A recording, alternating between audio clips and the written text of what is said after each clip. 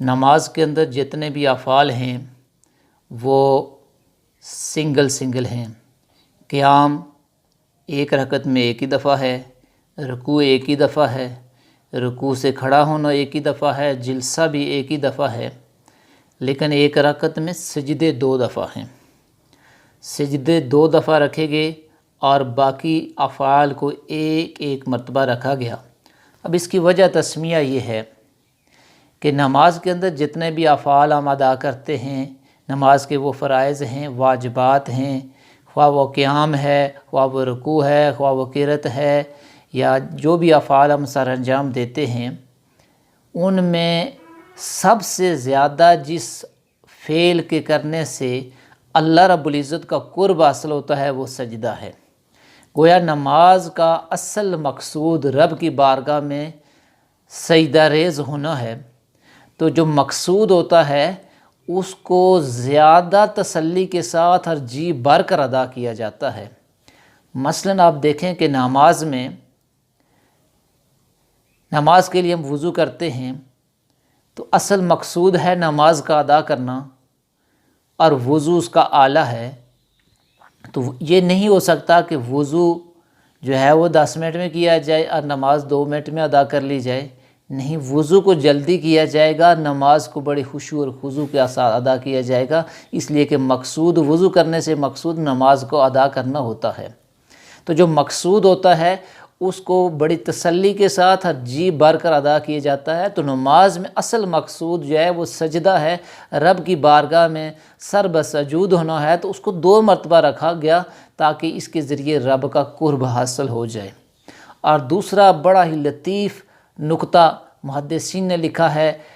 خصوصاً ملا علی قاری رحمۃ اللہ تعالیٰ علیہ نے مشکوٰۃ شریف کی شرح میں لکھا ہے کہ جب اللہ رب العزت نے فرشتوں کو حکم دیا کہ میرے نبی آدم کو سجدہ کرو، تو تمام فرشتوں نے سجدہ کیا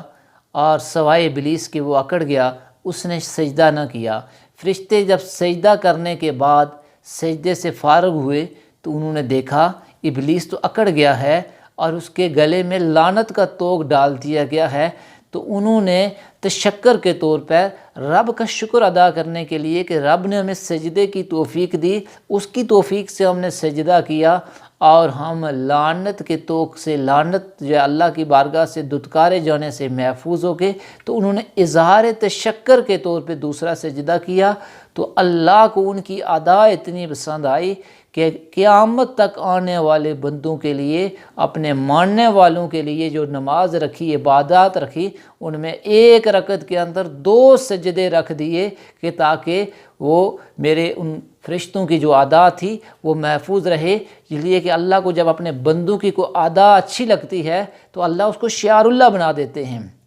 اب سیدنا اسماعیل علیہ السلام کی والدہ ماجدہ آپ کو جب پانی کے لیے اب ترس رہے تھے، تڑپ رہے تھے، تو وہ پانی کی تلاش میں صفا مروہ کے درمیان دوڑی تھی۔ انہوں نے صفا مروہ کے درمیان دوڑ کر ادھر ادھر پانی کی تلاش کر رہی تھی۔ اللہ کو اپنی اس بندی کی ادا اتنی پسند آئی کہ پانی تو اسی وقت مل گیا تھا، لیکن اللہ نے اس کو حج کا رکن بنا دیا، شعار اللہ بنا دیا۔ اب کوئی بھی حاجی جب تک صفا مروہ کے درمیان سعی نہ کرے، وہاں پہ دوڑے نہ، اس وقت تک اس کا حج ادا نہیں ہوتا۔ حالانکہ اب پانی کی ضرورت نہیں ہے، لیکن رب کو اپنی اس بندی کی ادا اتنی پسند آئی کہ اس کو شریعت کا حصہ بنا دیا، شعار اللہ بنا دیا۔ تو یہ سجدے بھی ایک رکعت کے اندر 2 اسی طرح ہیں کہ جب شیطان اکڑ گیا، ابلیس اکڑ گیا اور باقی فرشتوں نے دوسرا سجدہ کیا، تو رب کو ان کی ادا اتنی پسند آئی کہ ایک رکعت کے اندر 2 سجدے رکھ دیے۔